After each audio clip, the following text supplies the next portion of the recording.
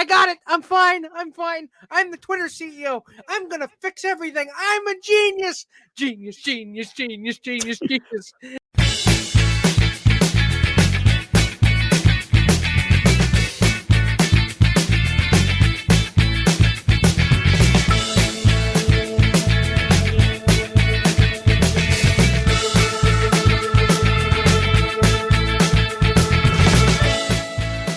Welcome to episode 54 of Beyond the Bench on the Empty the Bench Podcast Network. Nick Fodera, Nick Morgasen. Yes, two Nicks. Always two Nicks. We're kind of orbiting each other like celestial objects. We're orbiting the sun. I mean, have you seen how many rocket ships have we seen launch lately? I feel like we've seen a lot. Well, if they're Elon Musk's, they tend to explode shortly after launch. So we'll get more about it to him. But before you do that, make sure you follow this show on Twitter, Facebook, Instagram, and TikTok at Beyond the Bench 1. You make sure you follow us on Twitter at ETB Network. And is there anything else I'm missing? Nope, you pretty much got it right. At Beyond the Bench 1, Facebook, Twitter, Instagram. Empty the Bench Network at ETB Network, Facebook, Instagram, Twitter, and TikTok. And yes, there's some funny videos up on TikTok. We're really gaining quickly on there, which who would have thought TikTok? I guess it's the wave of the future for 15-year-olds. So, okay, I'll take it. It is what it is. But we have a lot to get to. As I said to Nick before we got on here, this is going to be a doozy of an episode. Yes, Twitter will make another appearance in this episode. Also, we will talk about Ticketmaster being crashed by the Swifties. Yes, I said that a certain way. You'll understand in a few minutes why that's a problem. More hiring freezes. We talked about it over the last couple of weeks. Twitter and Facebook, Instagram, excuse me, all having hiring freezes. And now, well, actually, I should say hiring freezes. They actually let people go, right? Mass layoffs, yes. I promise I'm not dying. Anyway, there are a lot of hiring freezes going on, and now the happiest place on earth might be causing a hiring freeze. Fantastic, isn't it? Capitalism, you never let us down. Also, FTX. That's all I'm going to say. FTX. Just think crypto Ponzi scheme. I've got other words to describe it, but we can actually get to that later. A lot of big names in the sports world being sued as defendants because they were all endorsers of the cryptocurrency. We will get to that in a little bit. Jeff Bezos, obviously the founder of Amazon, basically joining the other billionaires who are looking to donate their massive amount of wealth to as many charities as possible. Not surprised, to be honest. And, of course, Nick's favorite topic of the episode, Donald Trump launching his 2024 presidential campaign again! Because everything that's old and terrible eventually has to come back anyway. It's like, God. It's kind of like a teenager getting cavities from eating chocolate. I didn't realize the chocolate actually incited a riot on January 6th. But oh, Jesus. That is one treasonous bar of chocolate. Oh, well, hey, think about it. It could have nuts or no nuts. Or it is nuts. Yeah, that too. Also, we will get into the Tom Brady Gisele Bündchen divorce. I avoided it for as many weeks as I possibly could. I think the record is 3, but now that record is shattered. We're breaking records like Tom Brady about stories about Tom Brady. Right. Also, is Candace Cameron Bure a bigot? So we're going to go into that, and I guarantee you the reason is as stupid. It's stupid, dumb, nearsighted, and really inconsiderate as you can imagine. But yeah, we'll get into that. Also, the Tyson Foods CFO has some explaining to do. Just wait till you hear what happened here. And then we'll finally end the episode on a certain somebody I don't like who sings a lot of Christmas music. What did Burl Ives ever do to you? Oh, God, no. It's a Look, certain. I know not everybody loves Rudolph, but come on. It's a We're certain. allowed never meant to hurt anybody. It's a certain someone with the initials MC. And no, I'm not talking about a DJ. All right, so don't die on me, Jesus. Oh, God. All right, so let's get into this. This happened on the day we're recording this, Thursday. Ticketmaster canceled their public sale of Taylor Swift tour, citing high demand for tickets. Now, for those of you who don't know, this actually has been going on for a bit, because for those of you who don't follow anything about modern music, if you're, You live under a rock? you're 50, 60, and 70-year-old people, and the people who are 50, 60, and 70 years old at heart, Taylor Swift announced her first tour in 5 years. Well, partially due to COVID.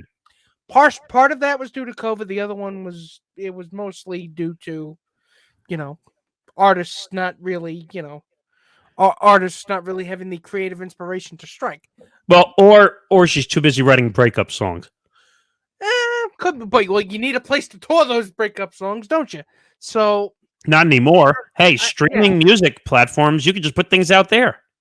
Then again, they don't make money like that, but you're getting ahead of me. So it's like, it's the Eras tour, I think it is. So yeah, Taylor Swift Eras tour. Yep. It went on pre-sale, I think, on Tuesday or Wednesday.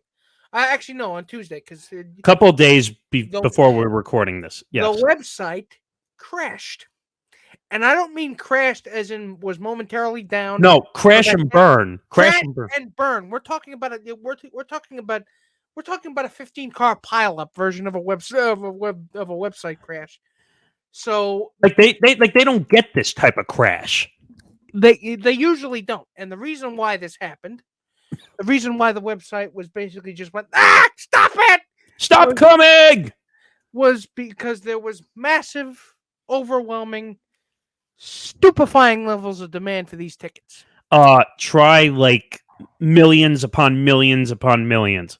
Now that wouldn't be the end of it. Now that would normally be the end of the story, but it doesn't end there, because the day we're recording this, they canceled the public sale of the tour tickets publicly, the public part. So this happened during the private portion.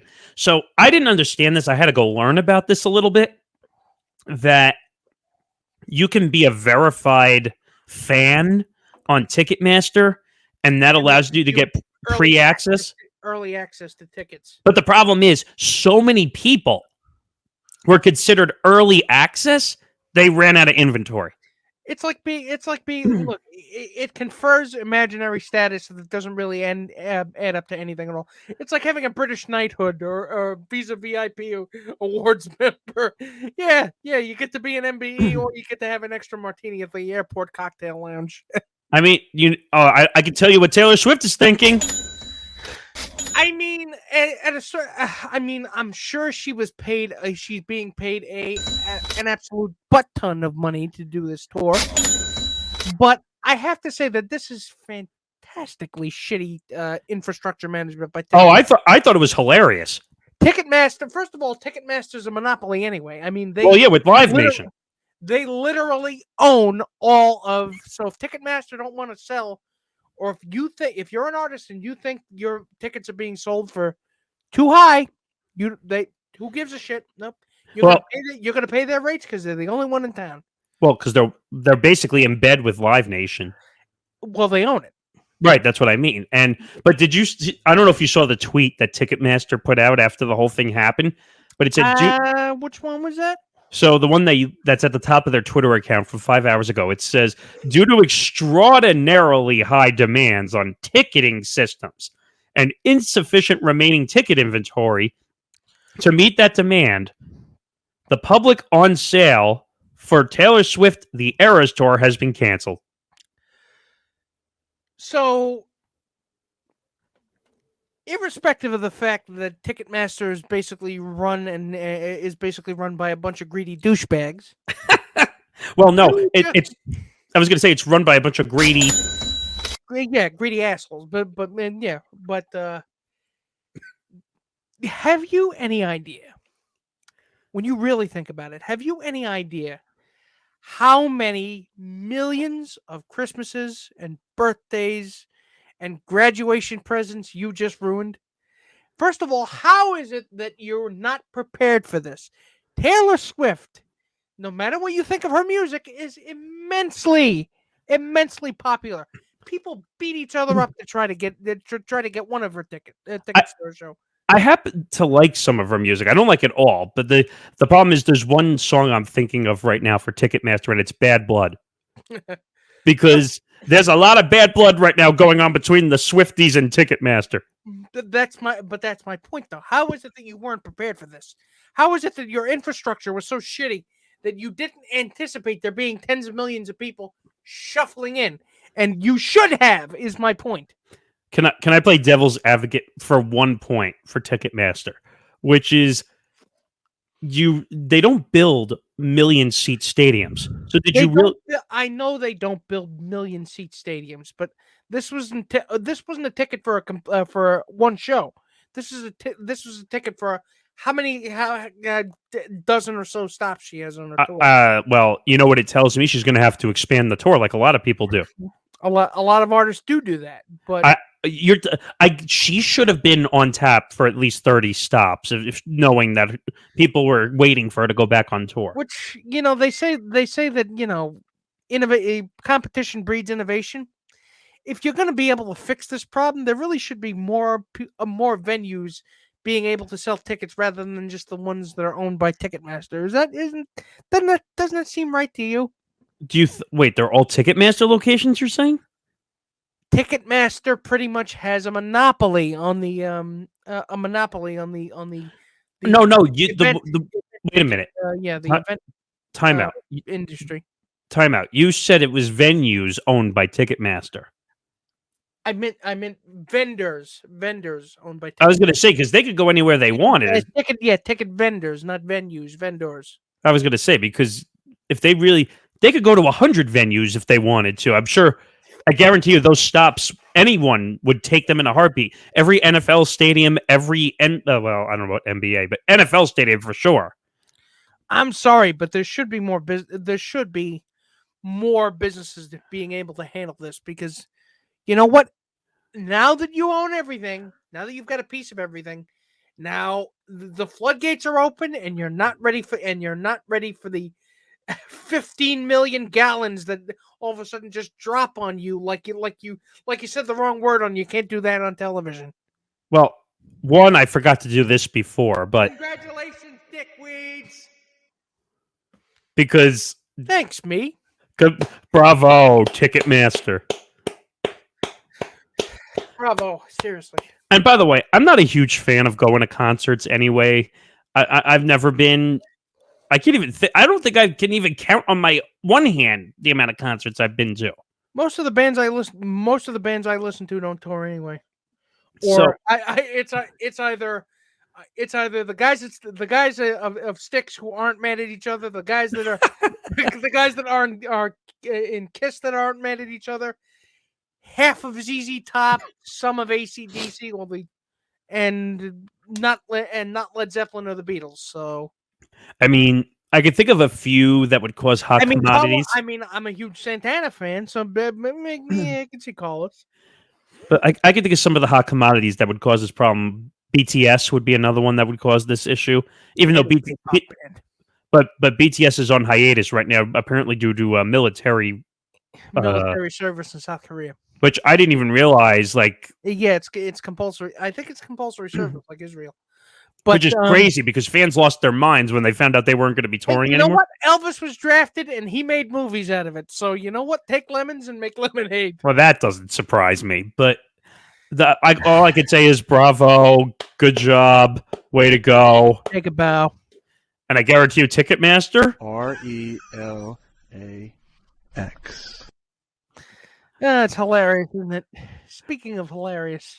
You can't make this stuff up. I mean, it is what it is. But now we go from the insanely stupid to the insanely funny. Twitter. Yes, I mentioned that evil non-curse word, Twitter. So it's not insanely. It's insanely funny much in the way that not that employees are losing their jobs, but Well, we'll get to that. the fact that Elon Musk is continuing to flail around like a fish on deck, just gasping. And it's like, I got it. I'm fine. I'm the Twitter CEO. I'm gonna fix everything. I'm a genius. Genius. No, I And was thinking the flopping fish when they're on the boat and they're trying to get yeah, back in the water. yeah, Save me! Save me! get me the fuck out of here. So it just recently broke that Twitter alerted their employees that effective immediately, all office buildings are temporarily closed and badge access is suspended. Now, this came to us on Twitter via. Let me see if I can. Zoe, whatever her name is, Schiffer. Let me see if Zoe Schiffer, the reporter Zoe Schiffer, was the one that was one of the people that reported that. By the way, Badge access is suspended. Now apparently the offices are going to reopen on November 21st. The reason why the reason why they're closed in the first place is Elon can't figure out who it is that keeps leaking shit to the press that Twitter is going down. wait, leaking to the press.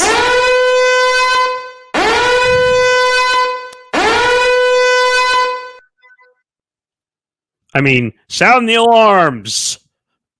Elon's at it again. I mean, he never stopped being at it because seriously, he can't get out of his own fucking way. So I'm going to quote Zoe Schiffer directly because I'm reading off the Twitter feed right now. So we're hearing that this is because Elon Musk and his team are terrified employees are going to sabotage the company.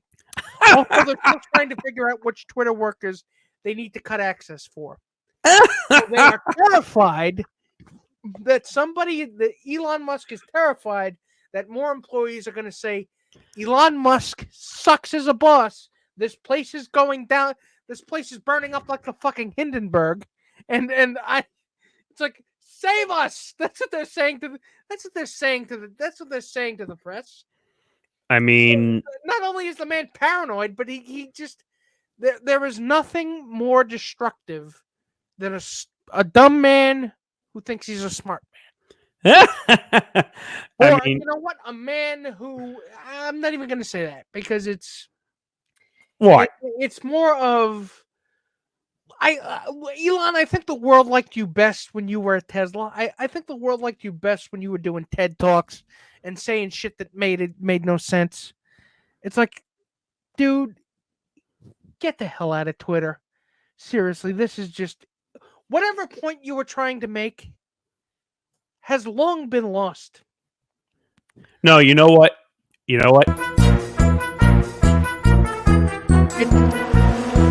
I'm surprised he hasn't put the red tent over Twitter HQ and had the big top hat in the chair, the whip, and trying to tame a lion. I mean, you know what though? It's the world's worst circus. It is the world's worst circus, but I mean, Uncle Elon has no idea how to run his own company. Uncle Elon has no idea how to run this company because, again, he thought he could do it all because I am Elon Musk. I is genius. No, you know what? You know what he needs to do? Stay off the weed.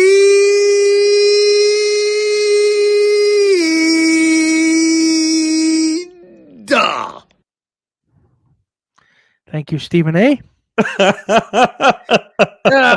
But you know what? That's not the only thing we have.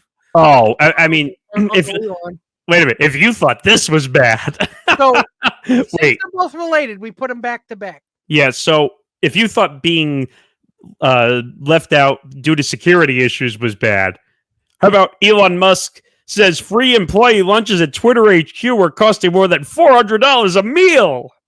And you're worth 200 and something fuckity billion, and you're freaking out about $400 per plate. $400. I'm sure billionaires like that don't even wipe their ass with the equivalent of wait a minute. $400 every day. It says Elon Musk's free employee lunches at Twitter HQ were costing more than $400 per meal because, quote, almost no one was in the office. Well, let me think about that for a second. You're a technology company? Maybe you know what? If you're going to complain about the free lunches, don't force people back into the office, dickhead. You know what? I understand that there are certain jobs you can't do from at home. There's certain things you can't do, like important jobs you can't do from at home. But technology If companies you're operating a forklift, or if you're celebrity's personal assistant, or labor, or manual labor, lion tamer, cleaning up the elephant shit. haberdasher, cleaning up several types of animal shit. But when you're a technology company, and I hate to break this to everybody because I work in a business from home. You can really do this stuff from home, and especially in a business that I'm trying to get back into in radio or podcasting or digital audio content. Digital audio content. Let's be honest with ourselves about what it is. You can literally you could literally do it from anywhere on a beach in Hawaii. I don't understand why this is such a big fucking deal to people.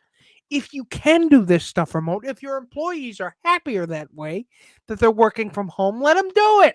And also, you believe it or not, they've proven that sometimes you get more productivity if you don't make people travel to their jobs. If people travel, they're going to be spending more time working and less time stuck in fucking traffic. And also, they don't have to worry about their bills being over the top as much anymore. Exactly.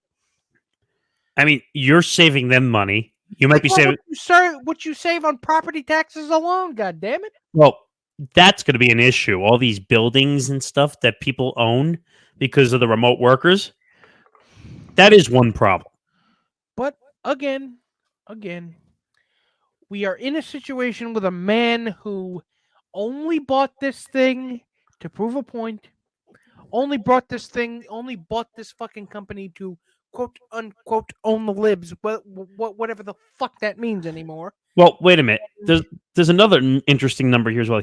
According to Elon, he said that according to badge in records, I'm assuming that's the security badge to get in the building. The security logs that everybody uses their badge to get into the building. The average occupancy in the office over the last 12 months was below 10%. Gee, I wonder fucking why. Could it have anything to do with a fucking viral contagion? I mean, I'm no medicine doctor, Uncle Elon, but we don't play doctors on TV, but yeah, I don't play a doctor on TV, nor do I even look like I might even be related to a doctor. But you know what? There's just something about this that just does not add up, Uncle Elon. It does not compute in the old brain computer. So it says he said criticism of the move was, quote, especially bizarre, even that almost no one came into the office, adding, there are more people preparing breakfast than eating breakfast. They don't even bother serving dinner because there's no one in the building. You know what? Let them stay home and you can let those people go. And actually, if you let them stay at home, you don't have to pay for the food service in the building. Pay for the food service at all. God.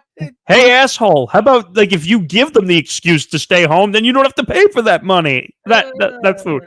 And by the way, that was just New York. San Francisco, which is where the real they've got offices all over the world, don't they? No, but California is where all the tech bubbles that's are. where Silicon Valley is. So Twitter spends $13 million a year on food service at its San Francisco HQ. $13 million.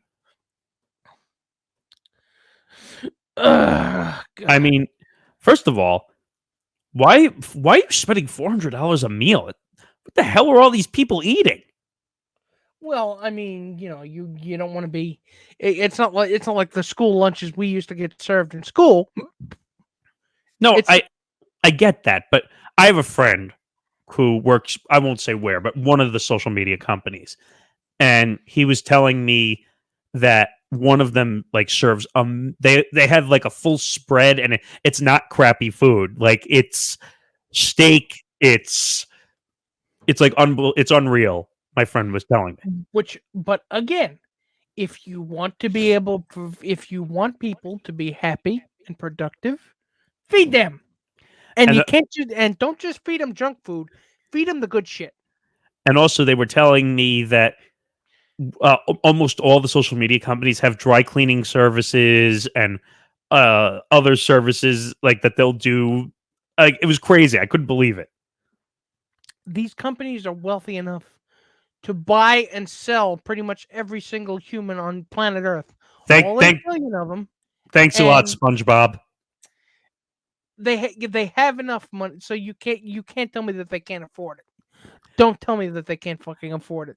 That reminds me of that SpongeBob bit where SpongeBob has all the money, and then Patrick accidentally bumps into all the millions. Hey, I could buy and sell you. Hey, it's accurate now though, but it is. It is accurate now. But it says also for a quote for breakfast and lunch, we spent $20 to $25 a day per person. This enabled employees to work through lunchtime and meetings. That was the big deal. That they were saying if they put the food in the building, they don't have to walk out of the building and not be productive if they have to walk out for a lunch break. That was the whole idea. They're not. If they're taking the lunch break, they're taking the lunch break there in premises because they're eating there. So you know what though? God.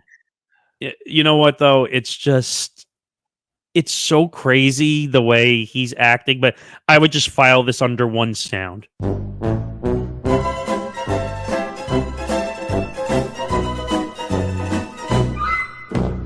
It is really funny that you play that sound effect. Well, do you want to do that now since we're talking? Since I brought that up, yeah, we might as well. Well, speaking of Curb Your Enthusiasm, FTX's Bankman-Fried, who is this weird guy, Sam Bankman-Fried, he's the CEO of FTX.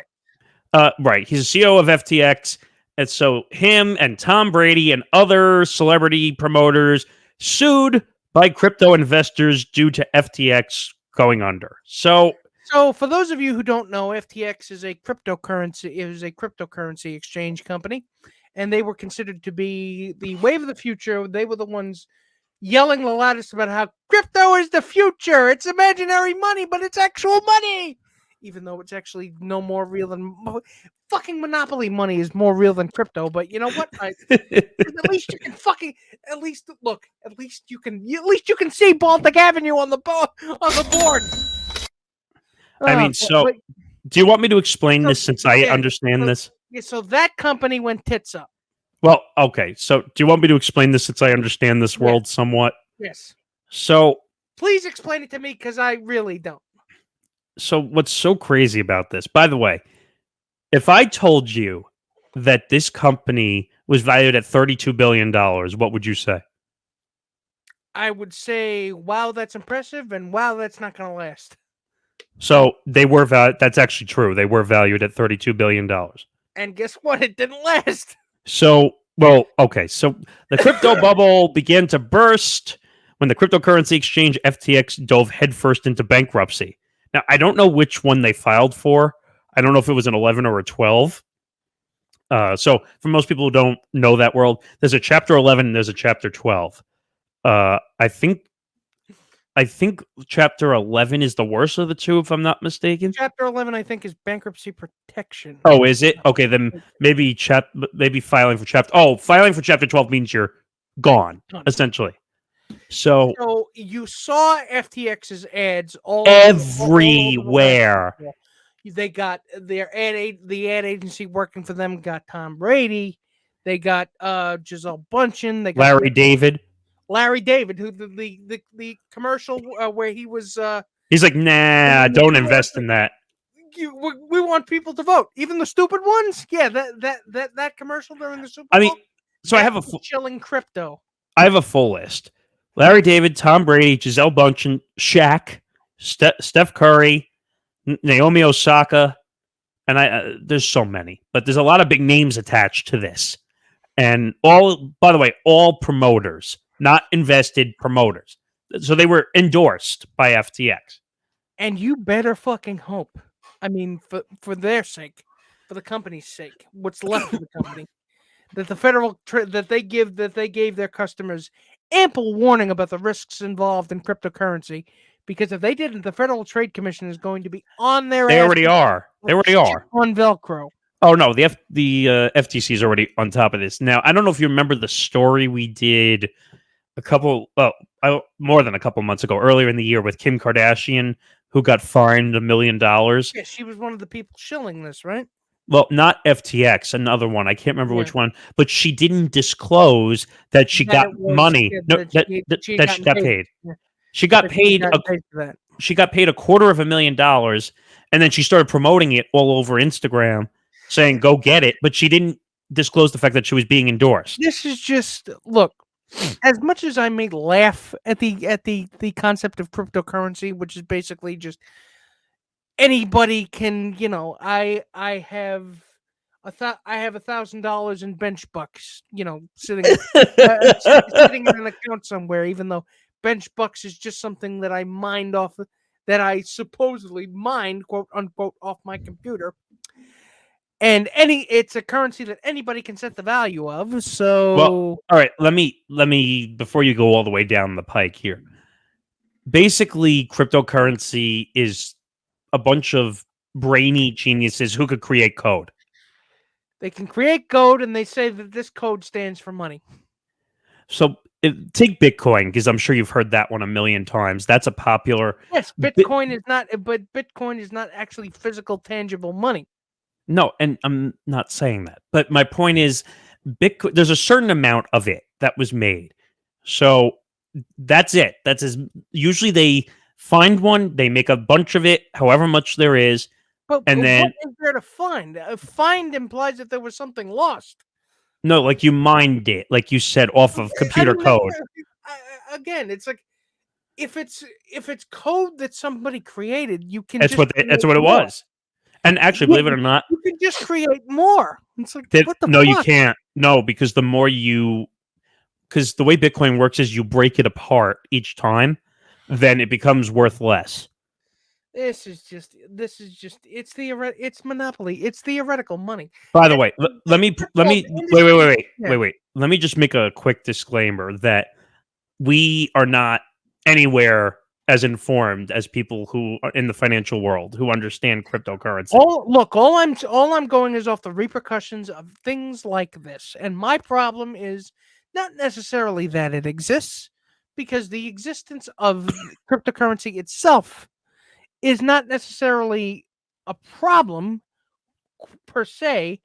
It's the problem where an unregulated industry is, and you get sharks, piranhas in the tank that are able to manipulate people into spending actual money on a product that they know is bullshit, or Well, wait. stable. It's an unsound investment. Wait. And they see commercials with Tom Brady in them, and Larry David in them, and Gisele Bündchen in them. That one, they're thinking celebrities are shilling it, so it must be good. That one I'll give you. That the whole celebrities thing is. People lose their money on unsound investment because they don't understand the risks, because people aren't informing them, and there's no regulatory body to make sure that things go smoothly, to make sure people can recover, to protect the consumers, just like there is any other industry. That one I'll give you, that when celebrities endorse, but you can say that about anything. When celebrities endorse, I don't know, choose your item that is not the ordinary thing, people are going to go out and buy it because it's their favorite athlete or their favorite celebrity or favorite person.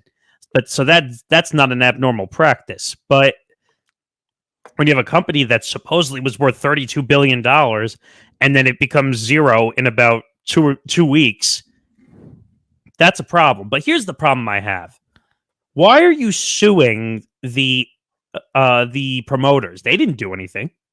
I mean, they got paid again, but the problem, they were going to shill whatever they wanted to do. I mean, they were paid. They were wealthy enough that they could take the hit. No, but I'm saying they were paid, so it's not their fault. No, it's not Tom Brady's fault that you lost all your money in, or Larry David, or Shaquille O'Neal, or Naomi Osaka. It's not their fault. If you lost all your money, in FTX. In FTX. Well, first of all, wait. Or fart coin, or whatever you want to call it. Let me clarify so that we don't get in trouble with this. So FTX is just a company that does all cryptocurrency. It's not a specific cryptocurrency. But the fact that they were able to abscond, their CEO was able to abscond with $1 billion that they just say, hey, it's missing. Well, where the fuck did it go? Huh? Well, actually 32 billion, according to the $32 company. billion of your investors' money, and that's people. That's actual money. Well, People in the poorhouse. the value of the company was 32 billion. Some people, you I don't probably- I don't know how much they actually lost. I just know the value of the company was supposedly 32 billion. There's $1 billion apparently 1 to 2 billion missing, unaccounted for, and Sam Bankman-Fried supposedly knows where it is. But again, he's not talking. And Wait. Here's the number. The suit claims that the FTX collapse resulted in a consumer loss. Oh my God, more than 11 billion. again, it's designed to separate people from their money. But wait a minute. Wait. So there are some positives. Put some flashing lights. Put some flashing lights and a lever you can pull. It's basically indistinguishable from slot machines in Vegas. Well, wait a minute. Let me ask you a question. Have you ever done any investment whatsoever? No. No, I'm talking about regular investment. No. So what do you tell people? I'm not talking about investment because again, that's the FDIC. That's FDIC that's the FDIC insured. Again, there are federal agencies regulating that. You just pointed out something. Cryptocurrency. You just pointed out something interesting, which I'll give you credit for, which people are not talking about. And the Securities Exchange Commission. So what Nick is talking about, and most people don't realize it, stocks are, again, insured. If money gets lost, FDIC will step in, SEC will step in, up to a certain amount of money. For cryptocurrency, there's no regulation for it yet. There is no. That's my problem. So because wait, because there's no cryptocurrency regulation, people could say, "Oh, I have $1 billion in cryptocurrency," and then if it disappears, disappeared. So sorry, can't give you money back. All sales are final. Well, no, my favorite is, "Oh, it disappeared in thin air." Wait, what? It was thin air to begin with, fuckhead. No, but I'm just saying, I love when they say, "Oh, it disappeared." I know. I know, but they're like, "Oh, it disappeared." Wait, $1 billion of value just disappeared in thin air? No, it didn't. That's the problem I have with it. Money itself. If it wasn't for the paper, money is basically. If it wasn't for people saying money has value, money would just be green paper. Right. So, but again, the problem is it's unregulated, and people are going to lose actual money. There's stakes. There's skin in the game for a lot of people who are not wealthy like Tom Brady, who are not wealthy like Gisele Bündchen, who are not wealthy like Matt fucking Damon. Well, so there's another weird issue too. The professional sports world is involved in FTX also. Mm-hmm. So you have Major League Baseball, which has a major deal. The umpires were wearing the patches, which, by the way, bravo! Good old Rob Manfred did something positive! Fan-fucking-tastic, Robert. Fan-fucking-tastic.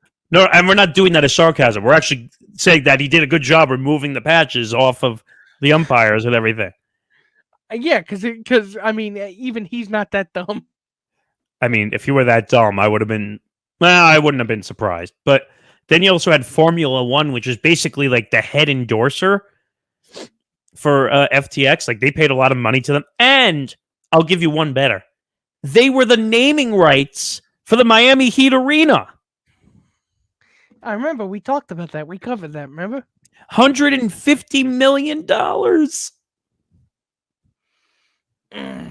I have to look that up because I don't know what the actual number is. Let's see. This is crazy. So FTX signed a $135 million naming rights deal last year to display its name on the Miami Heat's home stadium. Oops. Oh, well.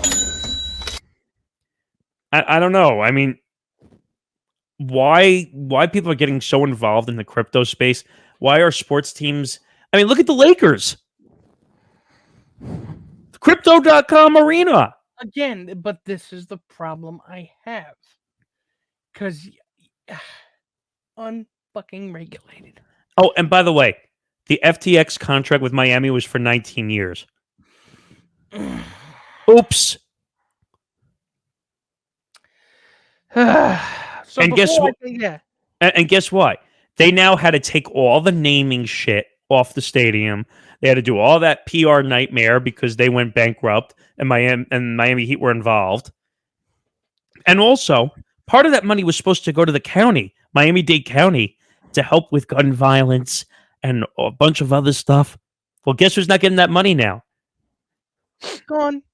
Because, why should we actually use money to help people get out of bad situations? Why would we use money to improve the world when we can just sell it? We could just sell it to sell it to dumb shit so people can spend it on dumb fucking things. Hey, you know what? Hey, Dumb FTX. fucking things that are dangerous and cause people to lose actual things. You know what? Hey, FTX.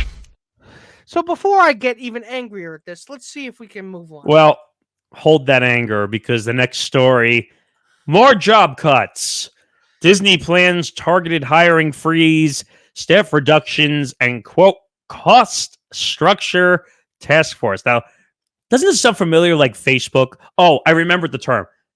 Discretionary spending for Facebook. Spending, there it was. So, ladies and gentlemen, this makes me laugh. No, go ahead. No, go ahead. That's all I was going to say. No, it's just that we've heard this before because this is what happened with Amazon, and they just had the biggest layoff they've ever had. And by the way, that's funny. That's funny because you want to know how much Bezos is reportedly worth? 400 something billion?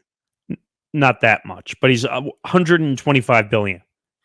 Again, one of the richest people on planet Earth. He might be the richest person on the planet Earth. He might just be the richest person on planet Earth, but he's planning. Apparently it's all okay because he's planning on giving it away before he dies, even though he's probably rich enough to live to 120.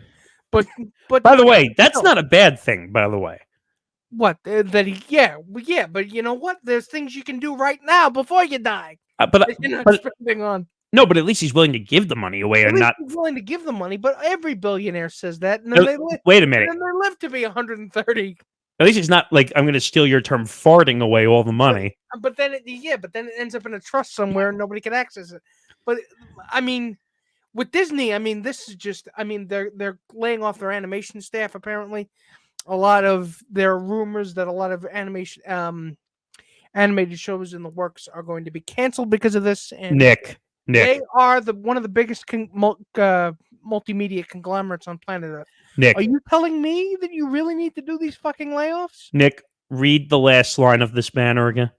Cost structure task force. That's all you have to say. Which is just if I may translate that from horseshit to English, I think what they're trying to say is we ain't paying you. Because if you're trying to have a Merry Christmas, fuck you.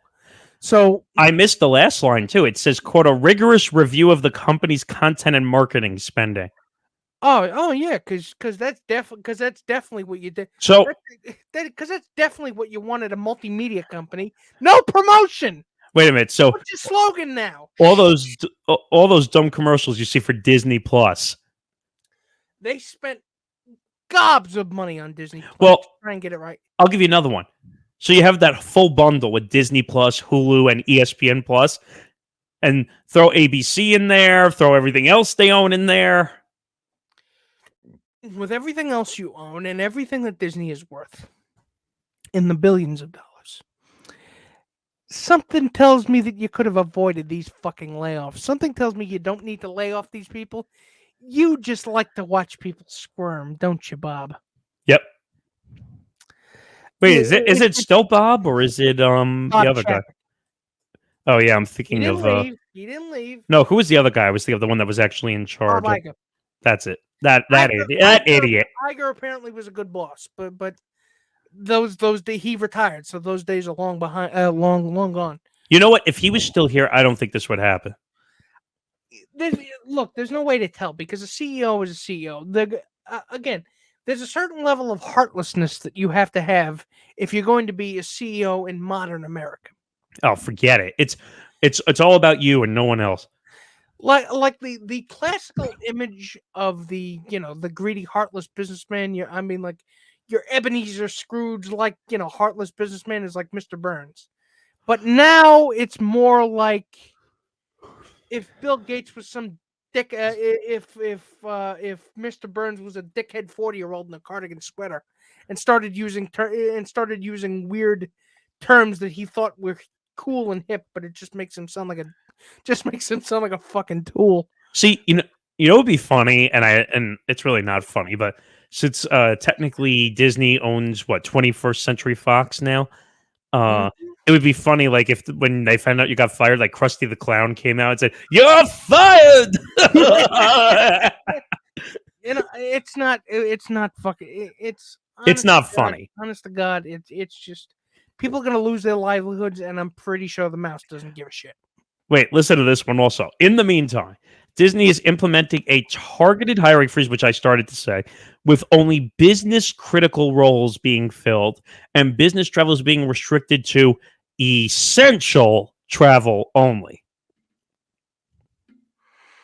Ladies and gentlemen, it's just... Wait a minute. So they want us to travel from all over the world and all over the country to go to your parks, but you're not going to allow your employees to travel?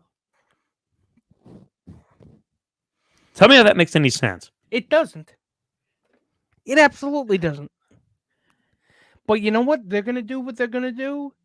It doesn't make sense to us, but you know what? We're not the ones with the money, so it doesn't have to make sense to anybody but them, because they're the ones that are paying they're the ones at the head of the ship, and it's just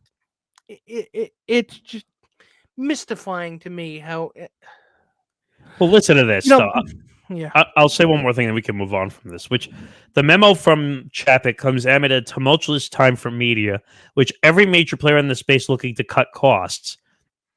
NBC Universal has offered early retirement packages to long-serving employees, while Warner Brothers Discovery has been undergoing cuts at its various divisions ever since Discovery merged with Warner Media. You and I have talked a lot about the merger of Warner Brothers Discovery. Yeah, and that basically threw Warner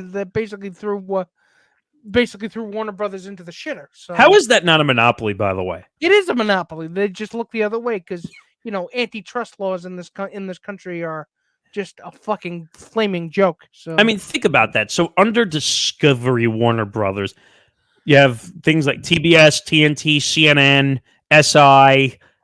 I mean, the list goes on and on and on. Like, they own so many brands, I forget what's what anymore. So, it's crazy. It's really crazy. All right. You ready for me to get you the most angry you're going to get this whole episode? Go ahead. It's basically making me angry as a spectator on this goddamn show. Me too, but unfortunately, yes, this news has reared its ugly head again.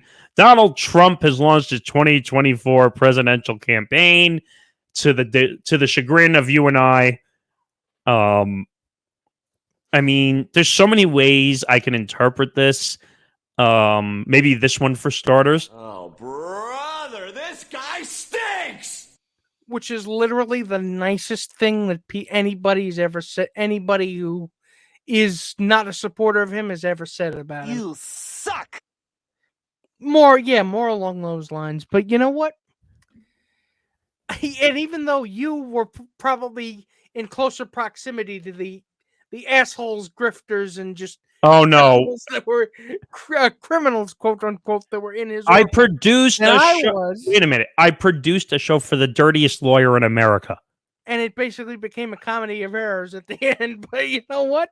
It's just what. Wait a minute, and somehow he avoided charges in Atlanta. Somehow he avoided charges. Somehow, that's the whole reason why this has happened. Because you know what? Anything that happens, it just doesn't fucking stick.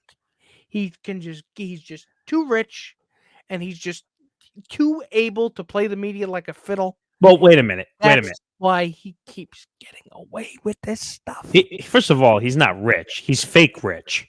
He's fake rich. I get that, but because how many times has he declared for bankruptcy? I've lost track. Ooh, through 4 or 5 times. It might even be in the double digits at this point. Didn't he declare bankruptcy on a few hotels, if I'm not mistaken? Oh yeah. First of all, I don't know if you've ever been to Atlantic City, but Yes, I have. I saw it. there was a point in the mid to late 90s where you turned around and every single fucking thing had his name on it.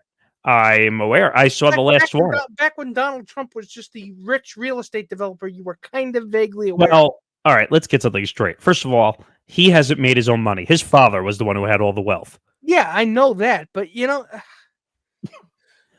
again, it's the appearance of being a rich big shot because he played a rich big shot on TV because that's what The Apprentice was.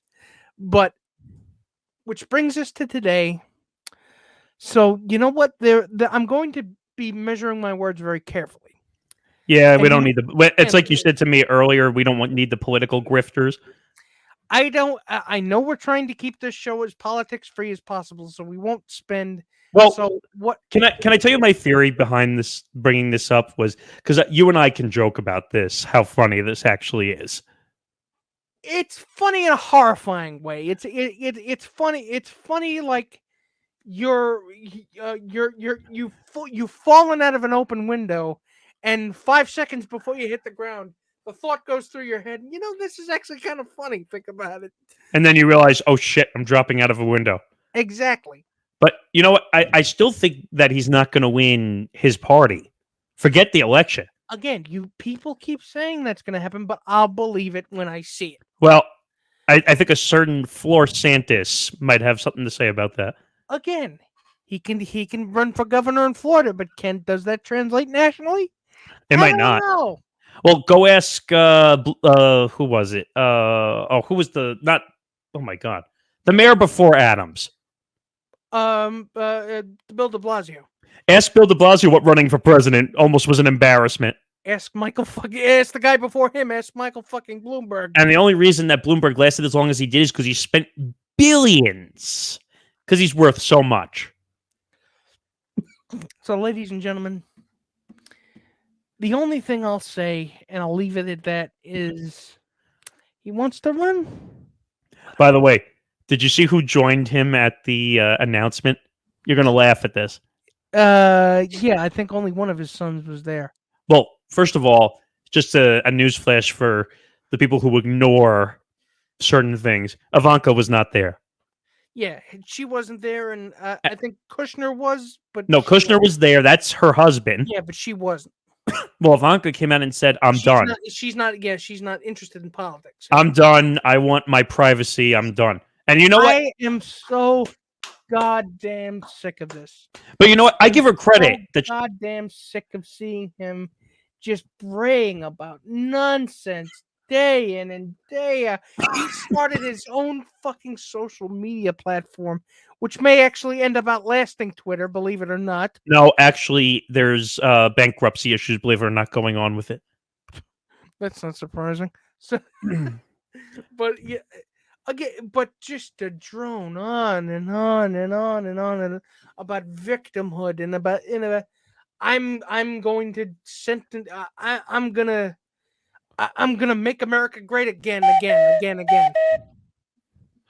I mean, but we kind of went around my question though. So there were 3 people that were standing next to him when he was making the announcement. You couldn't really see it on screen, but a certain crazy guy whose company got canceled was there. Oh, come on. Really? You're gonna have to narrow it down. A certain guy whose name starts with an M and last name starts with an L. Just say it. Really? Mike Lindell. Oh yeah. Well, of course he's there. I mean, and then he's basically the primary market for his pillows now. Also, Roger Stone. Yeah, because they can't keep that motherfucker in jail. He's like the Penguin in more ways than one. and I thought the Joker broke out of Arkham Asylum too much. And then, of course, someone who I know from being in the radio business, Devin Nunes. Of course. I mean, I'm not surprised. Those are three people who are a bunch of hacks. I mean, what's next? Are we going to create the orange jumpsuits for when they all end up in jail? You have faith that that's going to happen, but I'm just cynical about Oh it. no, I'm totally hon- being an asshole, a jokester, but like, there's so much crime on punishment here, All right. but Moving on. it's bizarre. All right, we'll move on to some of the more funny stupidity stories. Gisele Bündchen flaunts new relationship in Costa Rica after announcing Tom Brady divorce. Gee, that was quick. And I can guarantee you she was absolutely thinking about what Tom Brady thought. No, It well, was- by the way, how are you in this relationship already, considering that you just got divorced? Well, I mean, they could have been separated for a while after that, a while before that. Yeah, In but fact, that I would imagine that's probably what they're probably already having problems with the marriage before he decided to come back. isn't that cheating though, technically? No. Why? They're still technically I mean, married. technically, they're married, but again, cheating. I think people's definition of cheating is if you're doing this behind the other person's back when there's no divorce in process. There's a divorce in process. It seems like there's almost like a grace period, almost. You couldn't wait until the divorce was official to do it. Honest to God, I think I know he probably Brady probably thinks he can win her back, but I don't know about this one, dude. I think you. No, I think you toasted I this think one. I think you might have tanked the. I'm think you might have tanked this one for one more shot at being six. One more shot at being about being 9/11. What is it? 9/11? I'm not sure, but I can tell you right now. All I could say is, Tom, I think you tuck ruled on that one. Ouch! Ow! Sorry, just stating the facts. Yep. They have two kids. One is 12. One is 9. I feel bad for those kids. I do too. I mean, what the hell are they thinking right now? It's honest to God, I really do feel bad about for kids that are going young kids that are going through divorce because they didn't ask for any of this. It's So you know what? I hope his kids are doing okay. Well, wait a minute? Did you hear she bought a house right near his? No, I didn't. It's literally like across the pond, like literally. Oh, God. See, they can't get away from each other. I don't know what the fuck is going on here. Oh, God. It's like in SpongeBob. Debauchery! All right. Move on from there. This one is bizarre. We're coming into the holiday season, thank God, because I think we all need a little peace. And goodwill towards men. But you know what? We don't have any. Apparently, there's no goodwill towards the gay and lesbian community because Candace Cameron Bure. I think now I'm only like 75% on this story, but I think Candace Cameron Bure, I think, wants to create her own network to create her own Christmas films that are faith-based. Well, so Hilarie Burton is calling Candace Cameron Bure a bigot after touting faith-based Christmas films. Now that wasn't exactly the thing. So we need to clarify. That wasn't exactly the reason why she called her a bigot. No. I'm just saying that was the headline, and I was like, whoa. But Like, when you click past the headline, it is because Candace Cameron Bure does not want these faith-based Christmas films to feature or at least headline any gay. wait a minute. Any married gay couples. So it says Bure spoke to the Wall Street Journal about leaving the Hallmark Channel for a decade after a new network aligned more with her faith. So, by the way, that could be taken so out of context. That can be taken so out of context. But you know what? To be honest with you, I mean, it's hard. Look, taking off my personal decision, putting on my business hat for a second. You're limiting yourself by letting your dumbass. Because again, if you're trying to sell something to somebody, to the widest audience you can, why wouldn't you include gay people? But again, it's just because of her Christian beliefs. And again, before anybody gets on me, it's not about it. It's not about the relationship between man and God. I have a problem with it. It's the problem with evangelical Christianity that I have, because you know what? That doesn't give you the right to hate people for no reason. Well, I have a There's a difference between people saying my religion says I can't do that, and people saying my religion says you can't do that. well, yeah, that's a whole different issue. What kind of bullshit is that? First, well, anyone who has their own beliefs for their own religion, that's their own beliefs. But when you impose those beliefs on others, miss me with that indoctrinating people into the homosexual lifestyle. That's bull. So what? They cook more? The gay lifestyle. What the fuck does that even First mean? of all, let's watch Will and Grace more. Wait a minute. Hold on. Let's clear something up. First of all, being gay or lesbian or straight or anything, there's no lifestyle. Nobody's business but theirs. But wait a minute. It's not a lifestyle. It's not an aberrant lifestyle, and it's not. Wait a minute. It's not like a choice you make. It's not a diet. I didn't choose to do it because I was looking to change a lifestyle. You are, and your decision affects you and you alone. It's not like I decided, I'm going on the Weight Watchers diet so I could lose 80 pounds. And it's just, and you know what? It is big. It is bigoted. I'm sorry, but as much as Candace Cameron Bure likes to dress this up as, I'm just sticking to what my beliefs are. I mean, if your beliefs are telling you to exclude the person because of their sexual orientation or even their gender identity, I'm sorry, but that's not Christian love. That's Christian hate. The thing is, couch it in whatever fucking language you want, but that's not what that is. Doesn't God teach us to love everybody unconditionally? Right. And I agree. But here's the problem. So when you have certain beliefs, and not us, I'm talking about like people older than us who have traditional beliefs. That's the problem. I know where you're going with this. Do you know what I mean, though? Like, yeah, I know. Yeah, I know so what you mean. When you have traditional beliefs, you only believe in what the Christian philosophy is, if you know what I mean. Well, yeah, which don't. I mean, I grew up Catholic, so don't tell me what. Don't tell no. I'm just saying that they believe in a philosophy. I know. In general, it's like So and for me, it's a little different because I grew up in a half and half house.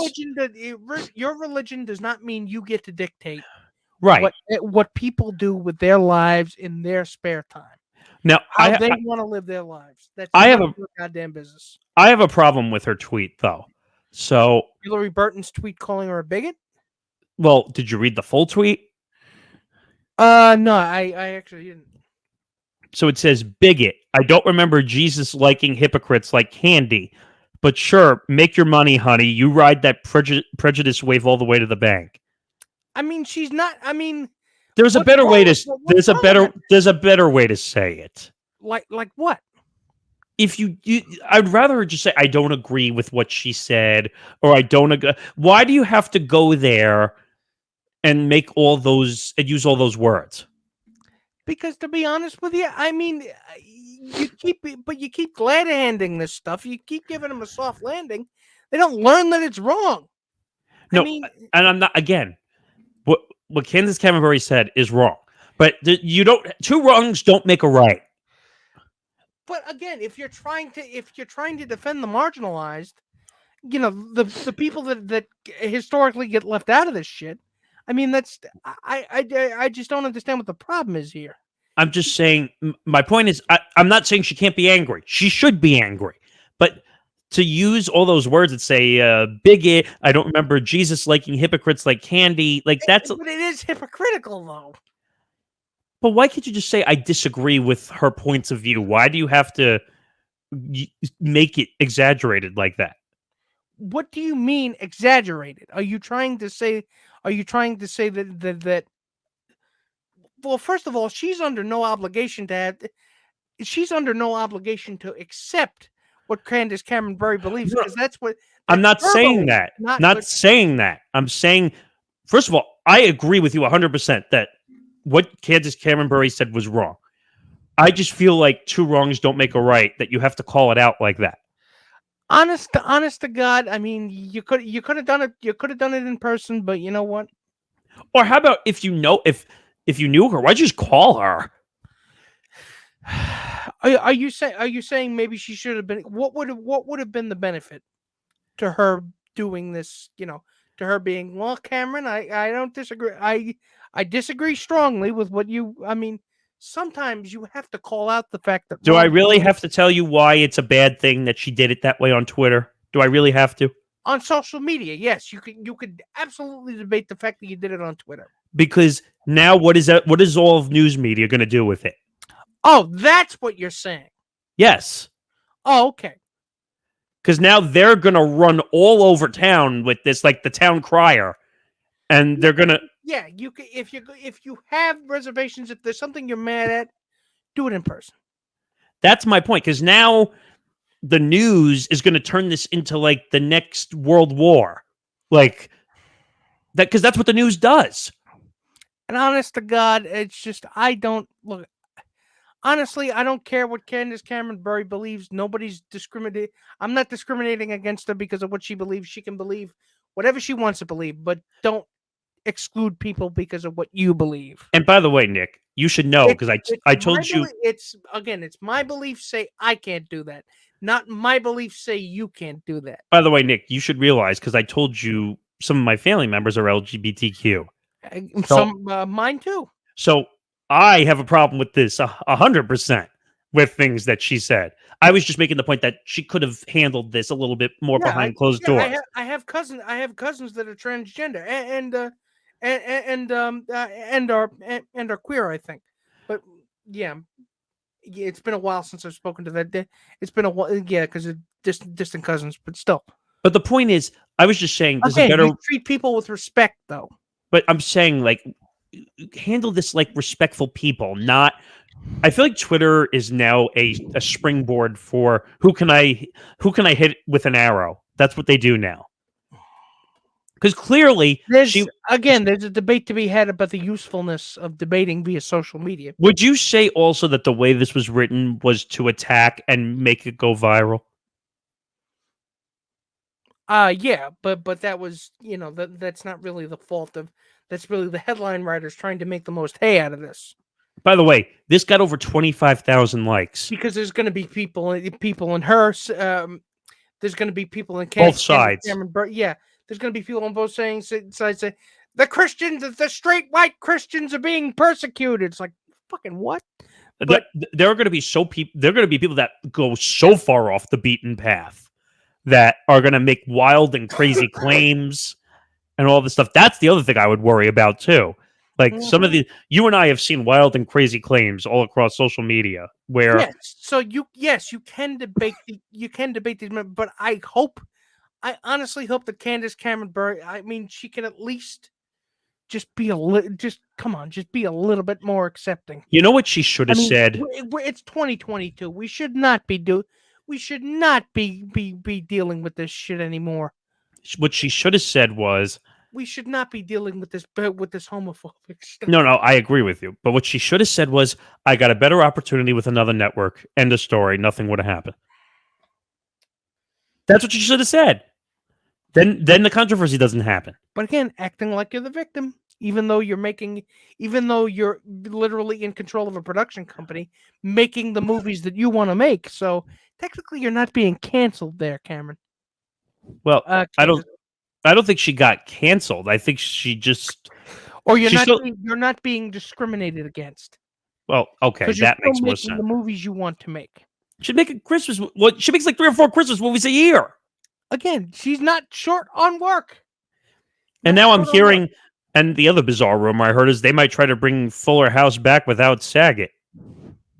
I don't know how the hell... Which I really hope they don't. I think that would be a disaster. He's like the guy. I don't know how the hell that would work. And first of all, how do you make a timeline up because he passed away? Unless you write that into the show, but that's neither here nor there. Yeah, but he's not there anymore. I mean, it's not like it was a build-up to like, oh, he was going to pass away before the show started. Again, I don't know. But, all right, 2 more quick stories. This one's kind of bizarre. We didn't talk about it when it broke, but Tyson Foods CFO apologizes after arrest for allegedly drunkenly entering a woman's home and sleeping in her bed.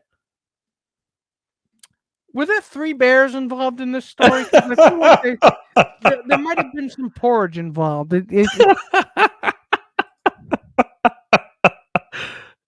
Oh, wow, that was good. Yeah. First of all, I mean, there are things. I mean, how do you even start to apologize for that? But wait a minute. Sorry, I got fucked up and broke into your house and slept. But wait a minute. He was so drunk that he didn't even realize. Wait. So he was so drunk he didn't realize where he was. It happened to Robert Downey Jr. Apparently, that same kind of thing happened to them. But how? You get so fucked up, you get to a point where you just can't recognize where you are anymore. Now, I'm assuming their tolerances are high because they probably drink a lot. That means they had to get really fucked up. Yeah, I mean, we're talking like, Jesus Christ. But honest to God, I mean, how do you even start? What do you even do when you come? First of all, I hope you call the police when you come home and you see a mysterious person sleeping in your bed. I mean, and then you find out it's the CFO of Tyson Foods. It's like, oh my God, is he going to arrest me too? Wait a minute. So it says a woman who did not know him allegedly found him asleep in her bed around 2 a.m. According to preliminary arrest report, Tyson's breath allegedly smelled of alcohol, and he was unable to verbally respond to police. Ladies and gentlemen, I really got to say that was, if you might have a drinking problem, that's probably a big indicator. I mean, my first reaction was, I mean, what? Like a CFO breaking into a random person's house? Like what? I mean, you better sell a lot of frozen food to pay for that lawsuit. I mean, I'd like to think there was at least some porridge involved. Oh God. I mean, I would hate to think what the 3 little pigs living down the street would have to say about that. All right, no more nursery rhyme jokes. What? That reminds me of the Geico commercial. Does the piggy go wee wee wee all the way home? Wee! Maxwell. Oh God. Oh, cool. Thanks, Mrs. A. Before I hurt myself. One more story. Of course, the unfortunate starts. Mariah Carey, not the queen of Christmas when it comes to the trademark. Now, so apparently she wanted to trademark the Queen of Christmas to mean her. Yes. So unless you're a character in the Nutcracker, I really don't think the Queen of Christmas title is really going to work, because it's like, what are you saying? You're Mrs. Claus now? Well, apparently she tried this recently in the past couple of days or week, and she got denied by the trademark committee. I mean, God knows this is this is over the past couple of years. I mean, you haven't been able to get away from Mariah. She's really leaned into that song as literally her song? one and only card to play. But I seem to remember a time when Mariah Carey had a lot of other songs that people liked. Wait, oh, you talking about All I Want for Christmas Is You? Yeah, it's all because of that song that they say she's the Queen of Christmas, because that song, like clockwork, every time after Thanksgiving, it shoots right up the Billboard charts. Oh my God. And like they play it like 5 times an hour. And I'm not saying, there's nothing against the song, by the way. It's a banger for a reason. Oh my God, if I say that again. If you hear me say that again, drop me off the broadcast. Just take my name off the podcast. Just drop me out of the waiting room and just move on without me. By the way, that will be a TikTok clip. There's nothing against the song, though. It's a good song for a reason. But you know what? It's not the only song that Mariah Carey has. Oh my god! By the way, Why is it the people are getting the impression? What? no, I said congratulations, Dick Weeds, because you said Yeah. banger. I am the dickweed. Yeah. Mr. Dickweed over here. That's me. Hi, how are you? That was great. Wait a minute. Hi. That should be in the best of for the end of the year. Hi, how are you? My name is Melvin Q. Dickweed. So, again, but people, it's creating this kind of false impression in the minds of the younger generation that Mariah Carey is a one-hit wonder, and that's not really the case. It's not. I forgot the name of the song, but she got another one that's really big. She had a couple of them. She had a couple ones. But the problem is, she had that weird incident. I forgot where she lived.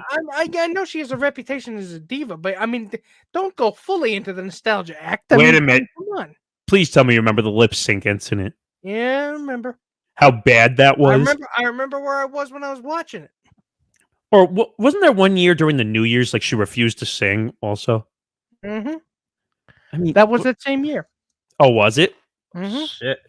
I think she was going through something that night, and she just was like, yeah, she was mad about something, or and didn't she like give a shit interview to Ryan Seacrest during the New Year's Eve? I don't know if that was the same thing. But a lot of people are saying that despite having some support, legends like Darlene Love and singer Elizabeth Chan pushed back on Mariah Carey trying to get the trademark. Yeah, because technically Darlene Love has a more of a claim to the title of Queen of Christmas than Mariah does, because she has multiple songs and multiple groups she was in the 60s, the 70s, and the 80s, and even in the 90s. By the way, she was doing Christmas albums. By the way, she attempted to lock down the rights to Princess Christmas and Christmas Princess also. Again, unless this is a school production of the Nutcracker, I really don't think. Unless this is a fifth grade. This is a fifth grade Catholic school production of the Nativity Scene. There can't be. I don't think there can be a queen or a princess of Christmas. I mean, you can't make this shit up. I mean, wait a minute. Can we go back to the Mariah meal at McDonald's? I mean, do you remember when McDonald's got into bed with her, no pun intended, to make a whole McDonald's meal for the family? Honest to God, it's just. Wait a minute, I gotta look that up again and see if it's still. I'm not even a fan. I can't consider myself a fan of Mariah Carey, but at least I got to give her more credit than that. I mean, come on. Let's see. The fast food. Oh, this was last year. Mariah Carey for 12 days of free food. Oh my God, they did 12 days of free food? I totally forgot about that. That's crazy. And they had a whole Mariah menu on the McDonald's app last year. Oh God. I wonder how much they paid Mariah to like put her name on that menu. A shit fuck ton. Yeah, I can imagine. But oh God. So guess what, Nick? We made it to the end of the episode. So thank God, because my voice is about this close to giving out. So before we go, as we get to the end of the year, like we're announcing out all the other shows, there will be a best of for this show at the end of the year, the final 2 weeks. Believe it or not, you've already worked on the first half, or you're almost finished with the first half. We're almost finished with the first half, and basically how this is going to be structured is it's going to be a 2-week break. So there will be 2 videos we put out, best of and we're going to be counting down. Well, not counting down, but we're going to be listing the best segments in their entirety, or mostly in their entirety, from January to June, and then July to right now. Right now, well, and our last shows will be when? So it'll be the second week of December. So right up until then will be our cutoff point.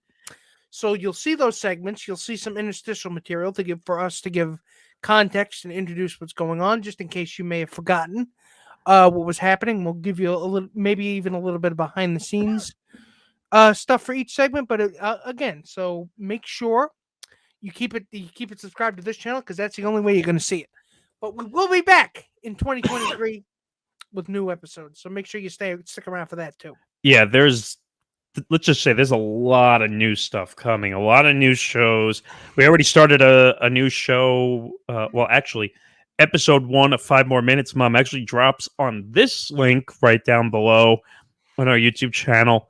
If you like nostalgic TV, yes, go watch it. It is. I already saw a preview of episode 1.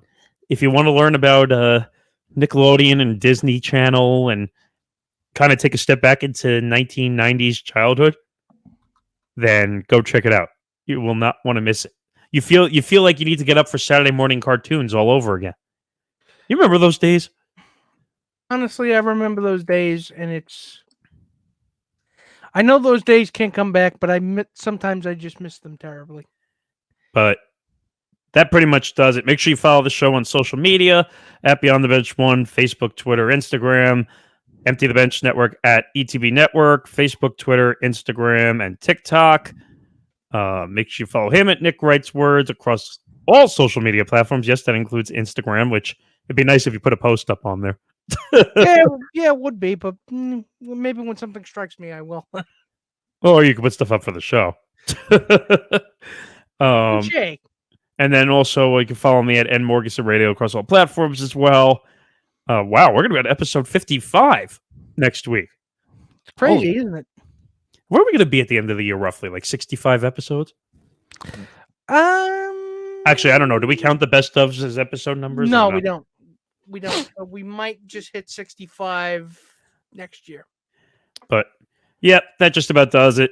For all the shenanigans for this week, I guess we could say goodbye now.